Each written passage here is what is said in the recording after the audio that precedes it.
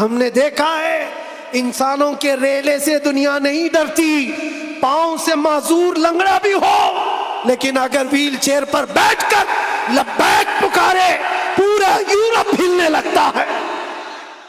مسجد، مدرسہ، مزارات اولیاء، حضور کی ذات، قرآن اور اللہ کی ذات، یہ بہت بلند ہے۔ صرف تمہاری داڑھی کی طرف بھی انگلی اٹھانے کی کسی کی ہمت نہ ہوتی اگر تم سچے غلام ہوتے، کیونکہ یہ اللہ کا وعدہ ہے، وَلَا تَهِنُوا وَلَا تَحْزَنُوا وَأَنْتُمُ الْأَعْلَوْنَ إِن كُنتُم مُؤْمِنِينَ۔ تم گھبراؤ مت، پریشان مت ہو، تم سب سے زیادہ بلند رہو گے اگر تم سچے ایمان والے ہو۔ توحید کی امانت سینوں میں ہے ہمارے، آسان نہیں مٹانا نام و نشاں ہمارا۔ اس بات کو یاد رکھو، تمہارے مٹ جانے سے، میرے قتل ہو جانے سے اسلام نہیں مٹتا، اسلام ختم نہیں ہوتا۔ اندھے لوگ اگر یہ سوچ کر کے بم برسا رہے ہوں، قتل عام کر رہے ہوں، تو انہیں کان کھول کر سوچ لینا چاہیے کربلا کی دھرتی پر امام حسین کے پورے خاندان کو قتل کر دیا گیا، اس وقت جب اسلام نہیں رکا تھا، تو اس سیلاب سے کبھی اسلام نہیں رکنے والا۔ دنیا کو پتہ ہے یہ سویا ہوا شیر جاگ گیا تو بہتوں کی نیند حرام کر دے گا۔ جتنے کتے ہیں سب بل میں چلے جائیں، حقیقت ہے جتنے کتے ہیں سب بل میں چلے جائیں۔ اور مجھے لوگ یہ کہتے ہیں کہ ڈر لگتا ہے، پھر آپ کتا کہہ رہے ہیں۔ میرے عزیزو، ہم ہندوستان میں رہتے ہیں، ہماری ہر گلی کوچے میں کتا ہوتا ہی ہے۔ مجھ سے باضابطہ طریقے سے سوال جواب کر رہے تھے، آپ تقریر میں اس طرح سے کہہ رہے ہو، کتا کہہ رہے ہو، کتا کہہ رہے ہو۔ میں نے کہا کس کو کہہ رہے ہو؟ میں نے کہا کتے کو کتا کہا، کس کو کہا جائے گا؟ ہم کتے کو کتا نہ کہیں تو آپ بولے ٹامی بولے، مجھے اس سے لینا دینا نہیں ہے۔ بات یہ ہے کتے کیوں بھوک رہے ہیں اس سے کیا غرض، شیر کیوں سویا ہے اس سے غرض ہے۔ مجھے کون پہچانتا تھا، میں کس خاندان سے ہوں یہ میٹر نہیں کرتا۔ میں اپنے باپ کے نام سے، اپنے خاندان کے نام سے یا کوئی سیاسی عہدہ رکھنے کی وجہ سے نہیں پہچانا جاتا، بلکہ اگر پہچانا جاتا ہوں تو صرف اس بنیاد پر جب تک بکے نہ تھے تو کوئی پوچھتا نہ تھا یا رسول اللہ تم نے خرید کر ہمیں انمول کر دیا، لبیک یا رسول اللہ۔ بارگاہ رسالت مآب صلی اللہ علیہ وسلم میں درود پاک کا ہدیہ پیش کریں۔ اللہم صلی علی سیدنا و مولانا محمد معدن الجود والکرم وآلہ واصحابہ الکرام وابنہ الکریم وبارک وسلم صلاة دائمة سرمدا ابدا۔ پھونکوں سے یہ چراغ بجھایا نہ جائے گا،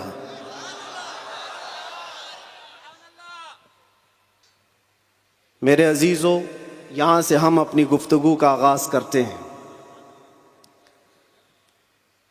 آپ کے ہاں اتنا بڑا مجمع جو بیٹھا ہوا ہے، میں محسوس کرتا ہوں کہ علم کا ایک قلعہ آپ کے پاس موجود ہے، علماء کا ایک ذخیرہ موجود ہے، اور بہترین بولنے والے علماء ہیں۔ ناظم اجلاس مجھ سے پیشتر جس طرح سے انہوں نے مدرسے کا تعارف کرایا ہے، اللہ تعالیٰ اس مدرسے کو ہمیشہ شاد و آباد رکھے، مرکز اہل سنت و جماعت، مرکز عشق رسول بنائے۔ ہماری یہاں پر اتنے لمبے سفر کر کے آنے کی ضرورت نہیں ہوتی، اور میں یہ جانتا ہوں کہ لوگ سننا کم اور دیکھنا زیادہ چاہتے ہیں، اور اس کی وجہ بھی ہے کہ دنیا اپنے اپنے حساب کے مجرے کرنے والے سیلیبریٹیز کو دیکھتی ہے، تو یہ امت محمدیہ ہے، نبی کے قیدی کو دیکھنا چاہتی ہے۔ ظاہر سی بات ہے، جیل سے چھوٹنے کے بعد آدمی چہرہ چھپا کے گھومتا ہے، ہوتا ایسی ہی ہے، جیل کاٹ کے آیا ہے، سزا کاٹ کے آیا ہے، لوگ اس کو دیکھ کر کے تانے مار رہے ہوتے ہیں اور وہ منہ چھپا کر گھوم رہا ہوتا ہے، لیکن یہ قانون ہر جگہ فٹ نہیں ہوتا۔ وہ اور ہوتے ہیں جو چہرہ چھپا کے گھومتے ہیں، جو نبی کے نام پر جاتے ہیں وہ یہاں بھی چہرہ اٹھا کے جیتے ہیں، اور انشاءاللہ قیامت کے دن بھی چہرہ ان کا سرخرو رہے گا۔ اس لیے کہ اقبال نے بہت اچھی بات کہی، آبرو ما زنا میں مصطفیٰ است، ہم سب کی عزت و آبرو مصطفیٰ کے نام سے وابستہ ہے۔ اور اللہ کریم قرآن عظیم میں ارشاد فرماتا ہے وَلِلَّهِ الْعِزَّةُ وَلِرَسُولِهِ وَلِلْمُؤْمِنِينَ، عزت اللہ کی ہے، رسول کی ہے اور مومنین کے لیے ہے۔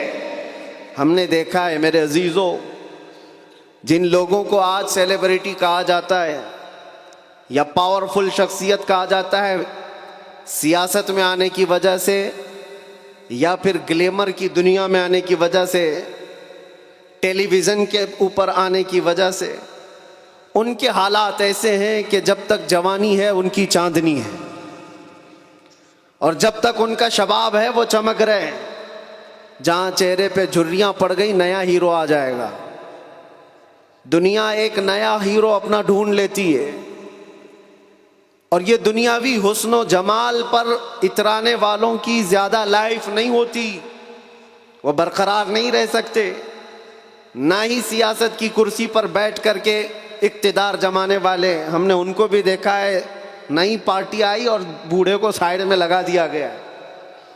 اب بوڑھوں کو کوئی پوچھتا بھی نہیں ہے، 40 سال بیچارے خدمت کرتے رہے اور آج ریٹائرمنٹ کی کربناک زندگی گزارنے پر مجبور ہو گئے۔ لیکن یہ مصطفیٰ کی غلامی کی دنیا الگ ہے۔ یہاں حضور پاک صلی اللہ تعالیٰ علیہ وسلم کا غلام ایک عالم دین جتنا بوڑھا ہوتا جاتا ہے اتنی عزت اس کی بڑھتی چلی جاتی۔ یہاں بوڑھوں کی عزت کم نہیں ہوتی، بلکہ اس کو بوڑھا کہاں کہتے ہیں؟ جوان بیٹھے ہوتے ہیں لیکن بوڑھے عالم دین کو فیصل بنا کر بٹھاتے ہیں۔ جو زیادہ عمر والا ہو گیا، وہ تجربے والا زیادہ ہو گیا، اس کی عزت بڑھتی چلی گئی، اس لیے کہ یہ عزت پاؤڈر لالی کی عزت نہیں ہے، یہ میرے مصطفیٰ کے قدموں سے حاصل کی ہوئی عزت ہے۔ ہم نے دیکھا ہے مرشد گرامی حضور تاج الشریعہ بدر الطریقہ کو، عمر 75 سال کی ہو گئی، بڑھاپا تھا، لیکن ایک جگہ انہیں بٹھا دیا جائے اور لاکھوں کو ایک طرف، دنیا لاکھوں کو دیکھنا چھوڑ دے گی، اس ایک مرد قلندر پر دیکھتی رہ جائے۔ کیا یہ حقیقت نہیں؟ ان کو دیکھی ہوئی آنکھیں موجود ہوں گی۔ وہ حسن و جمال نبی پاک صلی اللہ تعالیٰ علیہ وسلم کی غلامی سے حاصل کیا ہوا حسن و جمال ہے۔ اسی لیے میرے عزیزو یاد رکھو، اسی بات پر میں کہتا ہوں، آبرو ما زنا میں مصطفیٰ است، ہم سب کی عزت و آبرو مصطفیٰ کے نام سے ہے۔ ہرچے دری دنیا باد مصطفیٰ است، جو کچھ اس دنیا میں ہمارے پاس ہے وہ نبی کے بعد ہے۔ جو بھی رشتہ ناتا ہے، جو بھی تعلق ہے، وہ سب حضور پاک کے بعد ہے۔ نبی سے ہو جو بیگانہ اسے دل سے جدا کر دے، پدر مادر برادر جان و مال ان پر فدا کر دے۔ یہ ایمان کا تقاضا ہے اور ایمان اسی کا نام ہے۔ اور اعلیٰ حضرت امام اہل سنت فاضل بریلوی کیا فرماتے ہیں؟ ایمان کسے کہتے ہیں؟ اس کی دو چند مثالیں آپ کے سامنے رکھتا ہوں، اور جب یہ ایمان آ جائے تو میرے عزیزو، یہ جو آندھیاں چل رہی، یہ جو طوفان آئے ہوئے ہیں، یہ رخ موڑ لیں گے۔ اس لیے کہ سنا ہے قدسیوں سے میں نے کہ وہ شیر پھر ہوشیار ہوگا۔ اقبال نے کہا تھا، نکل کر کے صحرا سے جس نے الٹ دیا تھا تخت روما کو، سنا ہے قدسیوں سے میں نے کہ وہ شیر پھر ہوشیار ہوگا۔ وہ مکہ کے رہنے والے، مدینہ طیبہ کی چٹائیوں پر بیٹھنے والے، ایک کھجور پر پورا دن اکتفا کرنے والے، پیوند لگے کپڑے پہننے والے، وہ رسول پاک کے غلام، لیکن نکلے تھے مکہ سے پیوند لگے کپڑے بغیر چپل کے۔ اس وقت کی دو سپر پاور طاقتوں کو گھٹنے ٹیکنے پر مجبور کر دیا تھا۔ تخت روما کو الٹ دیا تھا، رومن ایمپائر، اور پرشین ایمپائر جن کو قیصر و کسریٰ کہا جاتا ہے، دونوں کو جھکنے پر مجبور کر دیا تھا۔ تاریخ کی یہ سچائیاں بتاتی ہیں۔ کون لوگ تھے وہ؟ خالد بن ولید، سیف اللہ المسلول، 4 لاکھ صلیبیوں کے سامنے مقابلے کے لیے کھڑے تھے۔ تو صلیبیوں کے بادشاہ نے کہا تھا کہ یہ عرب کے بدو، یا عرب کے دیہاتی لوگ ہم سے لڑنے آئے جو رومن ایمپائر کے فوجی ہیں، اسلحے سے لیس ہیں، طاقت سے بھرپور ہیں، تو خالد بن ولید نے کیا کہا تھا جانتے ہو؟ آپ نے کہا تھا رومیو، جس طرح تمہارے فوجی شراب پسند کرتے ہیں، ہم وہ فوج لے کر کے آئے ہیں، تمہاری شراب سے زیادہ ہم شہادت پسند کرتے ہیں۔ یہ وہ لوگ ہیں جو شہادت کے لیے جیتے ہیں۔ عزیزان گرامی وقار، وہ ایمان کامل جب آ جائے تو پھر یہ طوفان اور یہ آندھیاں اپنا رخ موڑ لیں گی۔ آج وجہ یہی ہے، ان سے پھرے جہاں پھرا پھرائی کمی وقار میں، ان کے جو ہم غلام تھے خلق کے پیشوا رہے۔ حضور پاک صلی اللہ تعالی علیہ وسلم کی غلامی سے جہاں کہیں تم منہ پھیرو گے، تھوڑا سا بھی ہٹو گے، عزت نکال لی جائے گی، عزت ختم کر دی جائے گی۔ تمہیں جو مرتبہ ملا ہے وہ خیر امت ہونے کا، وہ حضور کی غلامی کی وجہ سے ملا ہے۔ عمر ابن خطاب رضی اللہ تعالیٰ عنہ 36 لاکھ اسکوائر کلومیٹر پر حکومت کرتے تھے، تب آپ نے یہ نہیں کہا خطاب کا بیٹا عمر اتنے بڑے خطے پر نگران حکومت کر رہا ہے، بلکہ آپ نے کہا تھا ہمیں آج جو عزت ملی ہے وہ حضور کی غلامی کی وجہ سے ملی۔ وہ فخر یہ کرتے تھے۔ خالد بن ولید 125 جنگوں میں گئے، ہر جگہ فتح یابی، ہر جگہ فتح۔ کبھی خالد بن ولید نے یہ نہیں کہا میرے بازوؤں میں وہ طاقت ہے کہ میں ہر پہلوان کو زیر کر دیتا ہوں، جس جنگ میں جاتا ہوں فتح کے جھنڈے گاڑ دیتا ہوں۔ نہیں، خالد بن ولید کا ایمان تو یہ تھا کہ ان کے سر پر ایک ٹوپی تھی جس میں حضور کے 3 موئے مبارکہ تھے۔ وہ فتح کا صحرا انہی موئے مبارک کو دیتے اور کہتے یہ نسبت میرے ساتھ ہے، اس لیے اللہ مجھے ہر جگہ فتح عطا کرتا ہے۔ انہیں جو عزتیں ملی تھی دنیا میں، جو اقتدار ملا تھا، وہ حضور کی غلامی کی بنیاد پر، اور آج ہمارے پاس جو عزت ہے وہ حضور کی غلامی کی وجہ سے۔ نبی پاک صلی اللہ تعالی علیہ وسلم کی بات کرتے رہو۔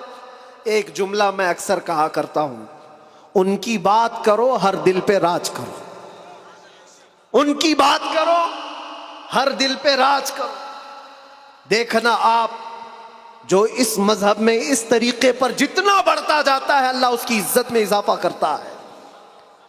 تم اگر 70 دروازوں میں بند ہو کر کے بھی بیٹھے رہو، اللہ تمہاری محبت خلق کی دلوں کے اندر ڈالتا ہے۔ ہم نے ایسے ایسے علاقوں کا سفر کیا جس کا نام میں نے زندگی میں کبھی سنا ہی نہیں، گاؤں ہے، دیہات ہے۔ راجستھان کے علاقے سے کچھ حضرات آئے تھے، نہایت غریب علاقے کے لوگ، اور مجھ سے بعد رمضان آ کر ایک مفتی صاحب تھے، اس کے نمائندے تھے، انہوں نے کہا ہمارے قافلے میں یا جس جگہ سے میں نمائندہ بن کر کے آیا ہوں وہاں کے لوگوں میں غریب لوگ ہیں، 3 مہینے تک انہوں نے صرف آپ کے لیے روزے رکھے، مطلب اللہ رب العزت کے لیے، کہ آپ جب اندر تھے ان روزوں کے ذریعے سے اللہ تبارک و تعالی رحم فرمائے۔ یہ باتیں میں نے ایک جگہ سے نہیں، دنیا کے کتنے خطوں سے سنا۔ ہر جگہ سے لوگ یہ جو دعاؤں کا سلسلہ رکھے ہوئے تھے، کس نے ان کو دعاؤں کے لیے آمادہ کیا تھا؟ کون ہے؟ یہ ساری خلقت مجھے پہچاننے والی کیسے بن گئی؟ ان کے دلوں کے اندر کون ڈالا کہ 8 مہینے دروازوں کے اندر ایسا بند تھا کہ میرے بچے مجھے نہیں دیکھ سکتے تھے، میرے بھائی بہن مجھے دیکھ نہیں سکتے، مجھے ملاقات کرنے کی بھی اجازت نہیں دی جاتی، جب اتنے دروازوں کے اندر بند رکھا گیا تھا جہاں چڑیا بھی نہ اڑے۔ لیکن میں نے یہ محسوس کیا لاکھوں دلوں میں اللہ رب العزت نے محبت ڈال رکھی تھی۔ اس کی وجہ یہ ہے، چوری کر کے گیا ہوتا، لوٹ مار کر کے گیا ہوتا تو لوگ یہی کہتے کہ کچرا تھا چلا گیا۔ حضور پاک کی بات کر کے جائے تو مرنے کے بعد بھی اللہ اس کو دلوں کے اندر زندہ رکھتا۔ یہ تو قید خانے کے اندر گیا جہاں سے آنے کی امید ہوتی ہے، قبر کے اندر بھی جائے تو اللہ تعالیٰ اس کا نام زندہ رکھتا ہے۔ اسی لیے میرے عزیزوں، ایک نقطے کو سمجھ جاؤ، حضور پاک صلی اللہ تعالی علیہ وسلم کی محبت اور ان کی غلامی یہ اصل ایمان ہے.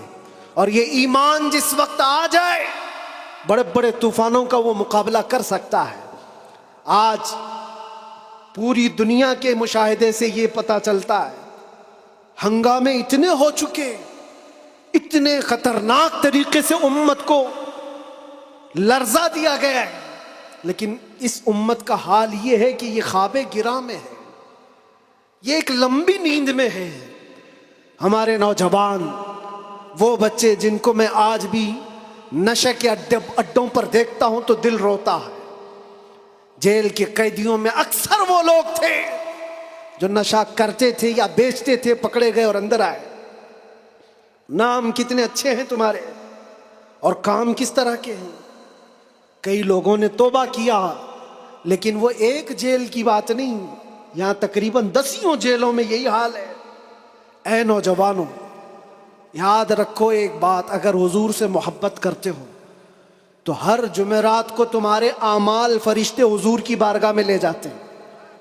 ہر جمعرات کو فرشتے تمہارے نام کے ساتھ حضور کی بارگاہ میں پیش کرتے ہیں، فلاں بن فلاں نے ہفتے بھر یہ کام کیے. حضور پاک صلی اللہ علیہ وسلم فرماتے ہیں میں اپنے ہر امتی کو اس کے باپ کے نام سے پہچانتا ہوں، ہر امتی کو پہچانتا ہوں.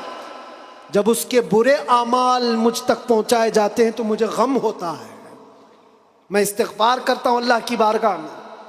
اور جب اچھے اعمال پیش کیے جاتے ہیں تو اللہ کی بارگاہ میں شکر بجا لاتا ہوں.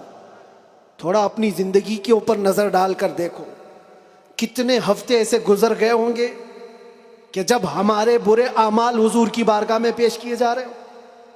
کیا یہ اب بھی بدلنے کا وقت نہیں ہے نوجوانوں؟ دنیا یہ چاہتی ہے کہ تم نشے کے اڈوں میں کھوئے رہو. کچھ علاقوں میں ایسے بھی میں نے دیکھے ہیں جہاں بڑے بڑے لوگوں کا انہیں سپورٹ ہے کہ کرو تم نشہ، بیچو تم نشہ، تمہاری نسلیں برباد ہو جائیں، تمہارا علاقہ برباد ہو جائے.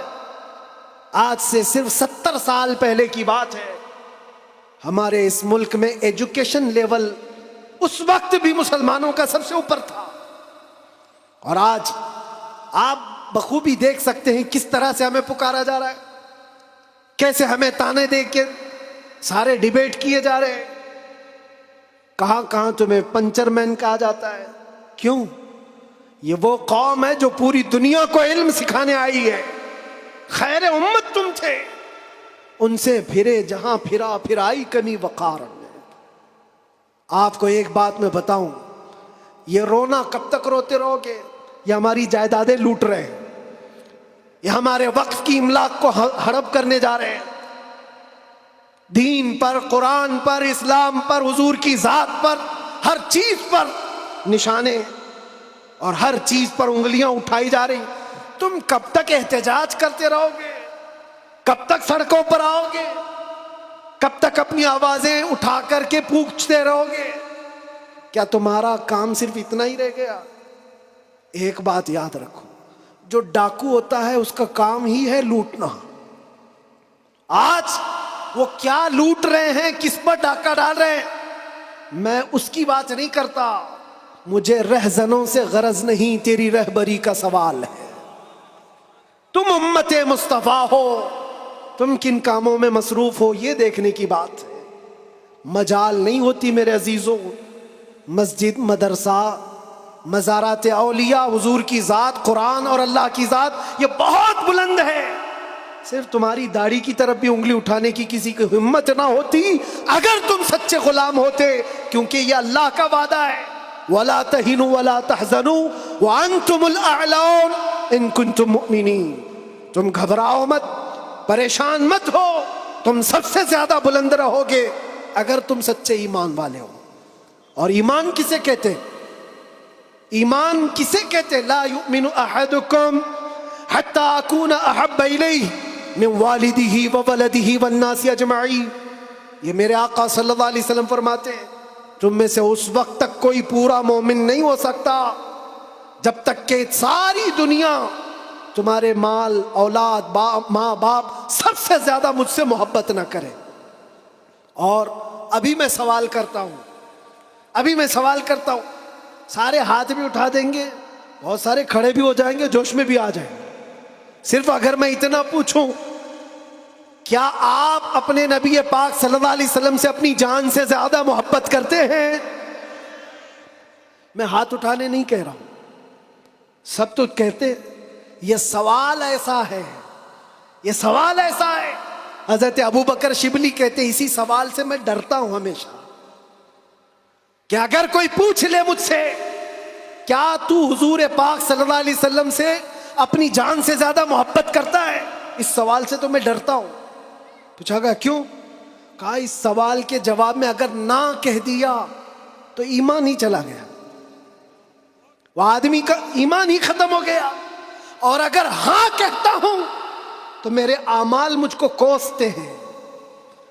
کہاں تو جان سے زیادہ محبت کی بات کر رہا ہے، اور کہاں تیرے عمل جس سے محبت کی جاتی ہے۔ تقاضا یہ ہے اپنا ہر عمل اپنے محبوب کے عمل کے مطابق ہونا چاہیے۔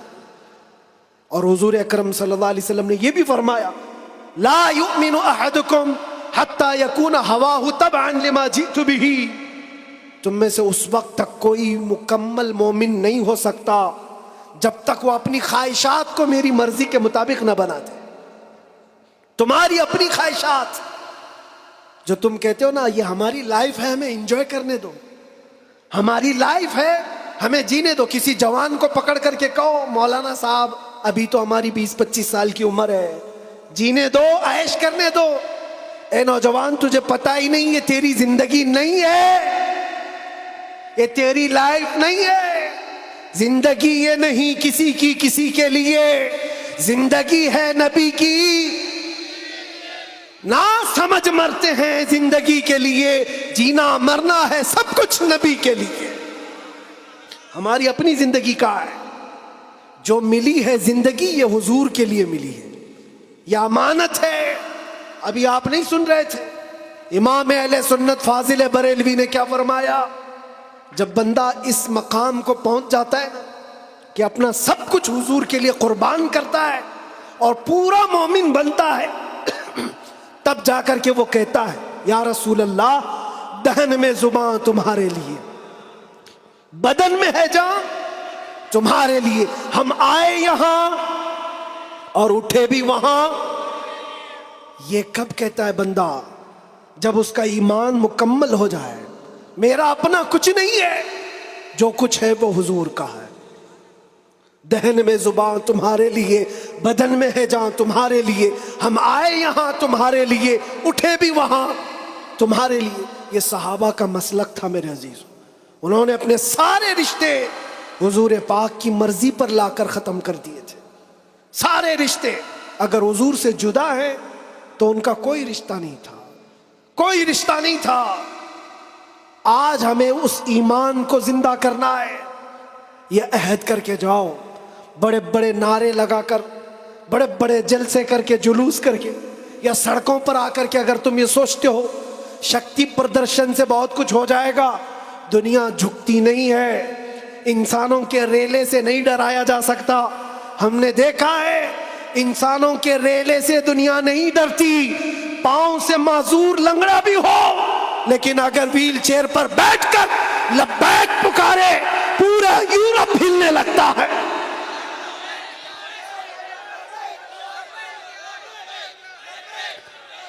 دنیا یہ سیلاب سے نہیں ڈر رہی، دنیا کو اگر خوف ہے تو صرف اس ایمان سے جو عمر ابن خطاب کا تھا، اس ایمان سے ڈر ہے جو خالد بن ولید کے اندر تھا۔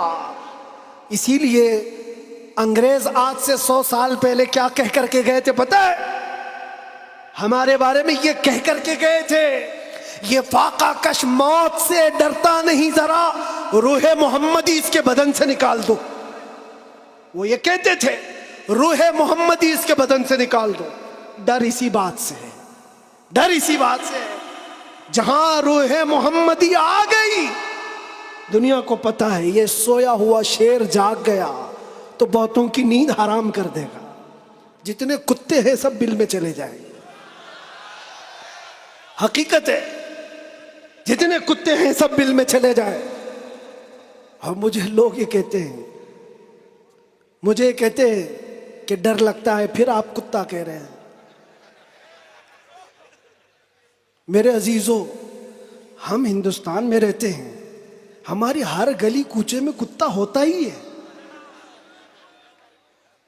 مجھ سے باضابطہ طریقے سے سوال جواب کر رہے تھے، آپ تقریر میں اس طرح سے کہہ رہے ہو، کتا کہہ رہے ہو، کتا کہہ رہے ہو. میں نے کہا کس کو کہہ رہے ہو؟ میں نے کہا کتے کو کتا کہا. کس کو کہا جائے گا؟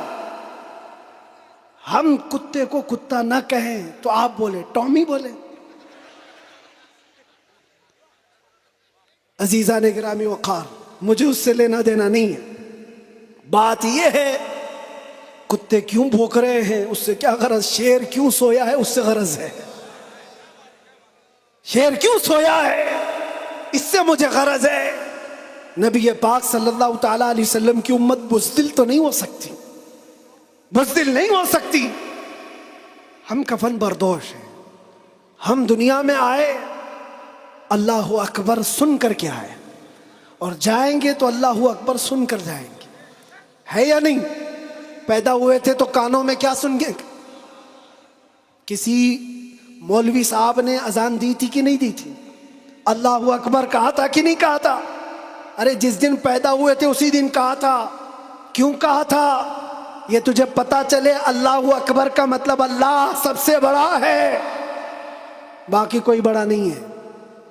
دوسرے سے ڈرنے کی ضرورت نہیں، اللہ سب سے بڑا ہے. اور جب مرو گے تو امام صاحب جنازے پہ کھڑے ہو کر کے کیا کہیں گے؟ نماز کے لیے رکعت باندھیں گے کہ نہیں؟ اللہ اکبر. جاتے ہوئے بھی ہمارا یہ قانون ہے کہ وہ اللہ کو سب سے بڑا مان کر کے جا رہا ہے. تو پھر یہ بیچ کی زندگی میں ایرے غیرے نتھو کھیرے سے ڈر کیوں؟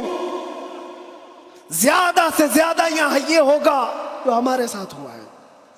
میاں یہ تو چند دنوں کی بات تھی.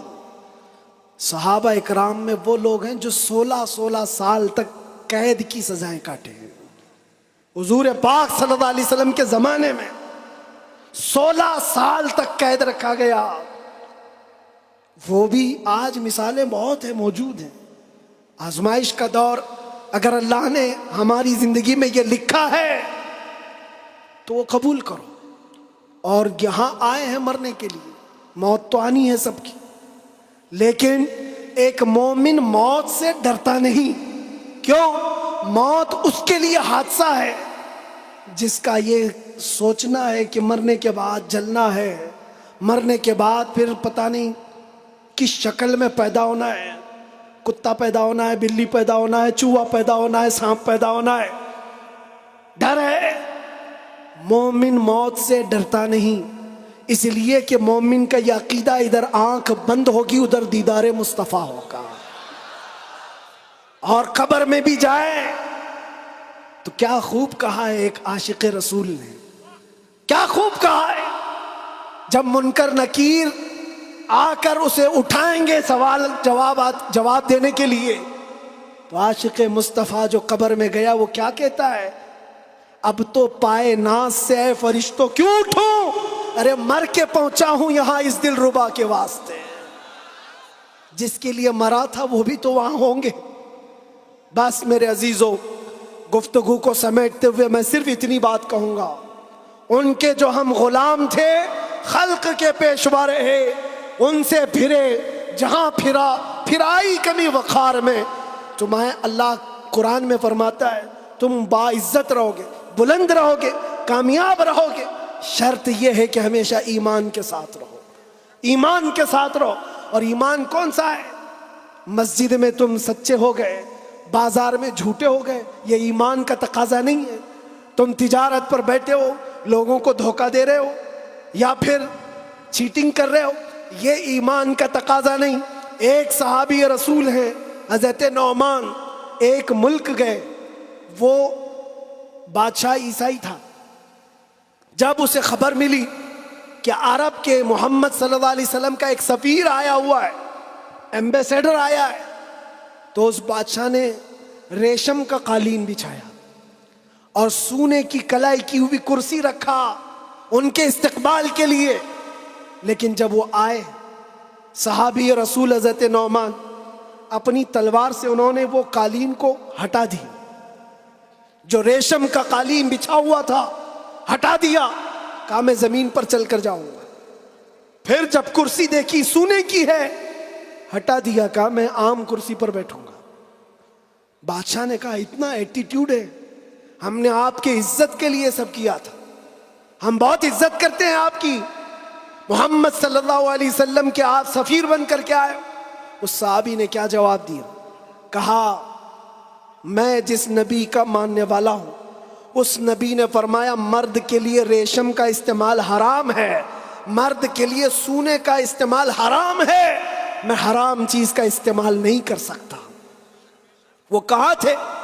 دوسرے ملک میں تھے. حضور کہاں ہیں؟ مدینے میں. بادشاہ نے کہا آپ تو بہت دور ہیں، وہ نبی کے ملک سے کافی دور ہیں، یہاں اگر آپ استعمال کر بھی لیں تو کیا خبر. اس صحابی نے جلال میں کہا میرا ایمان یہ ہے میں جس خطے میں بھی رہوں گا میرے نبی کا غلام بن کر رہوں گا. دھوکہ نہیں دے سکتا اپنے نبی کو کہ یہاں پر حضور کا غلام ہوں اور کسی جگہ غلام نہیں ہے. آپ سب کی بھی زندگی ایسی ہو کہ دنیا تمہیں کسی بھی جگہ دیکھے تو پہچان لے کہ حضور کا غلام ہے، سچ بولتا ہے، دھوکہ نہیں دیتا، جھوٹ نہیں بولتا. یہ تمہاری خصلتیں ہونی چاہیے، تمہاری عادتیں ہونی چاہیے. آج اگر کوئی یہ پوچھے نشہ کہاں ملتا ہے تو تمہارے محلے کی طرف کوئی اشارہ نہ کرے، کوئی تمہارے محلے کی طرف نہ آئے. سب کی یہ ذمہ داری ہر نوجوان کی کہ جانتے ہو حضور فرماتے تمہارے تلوے میں کانٹا بھی چبھے تو اس کے درد کا مجھے احساس ہوتا ہے. وہ نبی، اور تم اگر نشہ کر کر کے اپنے آپ کو تباہ کر لو گے، اپنے آپ کو برباد کر لو گے تو اس رسول کو بھی آپ ٹھیس پہنچا رہے ہو، حضور پاک صلی اللہ تعالی علیہ وسلم کو تکلیف پہنچا رہے ہو. بدلو اپنی اس زندگی کو. اور میرا میسج یہی ہے اٹھو وہ گھر نہ حشر نہ ہوگا پھر کبھی، دوڑو کے زمانہ چھال اپنی چل گیا، قوت عشق سے ہر پست کو بالا کر دو، دہر میں نام محمد سے اجالا کر دو، دہر میں نام محمد سے اجالا کر دو. اور یہ جو رونا ہے ہمارا، یہ سارے مسئلوں کا حل کیا ہوگا، ہمارا فیوچر کیا ہوگا، ہمارا مستقبل کیا ہوگا. ارے اللہ کریم قرآن میں فرمایا ہے جس سے میں اپنی گفتگو کا آغاز کیا تھا، پھونکوں سے یہ چراغ بجھایا نہ جائے گا، یہ دین اسلام تمہارے اور ہمارے باپ سے چلایا نہیں جائے گا، یہ اللہ کریم کا نظام ہے. چنگیز بھی آئے، ہلاکو بھی آئے، بڑے بڑے آئے، سڑے سڑے آئے، اس درخت کو ہلانے کی کوشش کرتے رہے اور نام و نمود بھی ختم، نام و نمائش بھی ختم، سب چلے گئے، باقی مگر اب تک نام و نشاں ہمارا. یونان و مصر و روما سب مٹ گئے جہاں سے، باقی مگر ہے اب تک نام و نشاں ہمارا. اقبال نے یہ سچ کہا تھا توحید کی امانت سینوں میں ہے ہمارے، آسان نہیں مٹانا نام و نشاں ہمارا. اس بات کو یاد رکھو تمہارے مٹ جانے سے، میرے قتل ہو جانے سے اسلام نہیں مٹتا، اسلام ختم نہیں ہوتا. اندھے لوگ اگر یہ سوچ کر کے بم برسا رہے ہوں، قتل عام کر رہے ہوں تو انہیں کان کھول کر سوچ لینا چاہیے کربلا کی دھرتی پر امام حسین کے پورے خاندان کو قتل کر دیا گیا، اس وقت جب اسلام نہیں رکا تھا تو اس سیلاب سے کبھی اسلام نہیں رکنے والا. یہ صبح قیامت تک چمکتا دمکتا رہے گا. اللہ فرماتا ہے وَلَوْ كَرِهَ الْكَافِرُونَ، اگرچہ کافروں کو اچھا نہ لگے، اللہ تعالیٰ اس دین کو غالب رکھے گا. آپ بدلو اپنی زندگی کو، سچے مسلمان بنو، سچے اسلام کی پیروی کرو، تاکہ دنیا کو آج جو یہ پروپیگنڈا پھیلا کر کے سمجھایا جا رہا ہے اس پروپیگنڈے کو بدل کر کے دکھاؤ کہ نہیں، جھوٹ ہماری خصلت نہیں ہے، بددیانتی ہماری عادت نہیں ہے، بلاತ್ಕಾری ہم میں سے نہیں ہو سکتے، چور چمار ڈاکو نشہ خوری یہ ہم میں نہیں ہو سکتی. یہ ساری خصلتوں کو اپنے معاشرے سے دور کر کے پھر ثابت کر کے بتاؤ کہ حضور پاک کا غلام جدھر سے گزرتا ہے خوشبوئیں پھیلا کر جاتا ہے. اور عزت پھر تم دیکھو گے میرے عزیزوں، عزت فوج جمع کرنے کا نام طاقت نہیں ہے، ایمان کی قوت بڑھانے کا نام اصل طاقت ہے. یہ طاقت واپس آ جائے انشاءاللہ العزیز. ایک جملہ کہتا ہوں، سنو، کان کھول کر سنو، بہت اچھی بات ہے. یہ میری پوری تقریر کا خلاصہ، لب لباب، حاصل کلام. کیا کیا چیزیں تمہیں چاہیے؟ کیا کیا چیزیں چاہیے؟ تخت چاہیے، سیاست چاہیے، قیادت چاہیے، حکومت چاہیے، ایجوکیشن میں مہارت چاہیے، بڑی کامیابی چاہیے. کیا کیا چاہیے؟ زمین چاہیے، جائیداد چاہیے، اوپر تک اڑنا آنا چاہیے. کیا کیا چاہیے؟ سب جمع کر لو. ایک ہی چیز ہے، ایک ہی چیز ہے کہ محمد سے وفا نے تو ہم تیرے ہیں. یہ جہاں چیز ہے کیا؟ لوح و قلم تیرے ہیں، لوح و قلم تیرے ہیں. اور آج ہم نے محسوس کیا ہے، مجھے کون پہچانتا تھا، میں کس خاندان سے ہوں، یہ میٹر نہیں کرتا.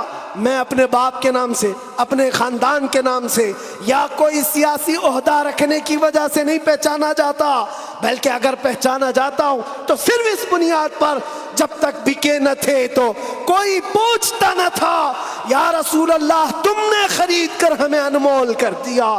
لبیک یا رسول اللہ.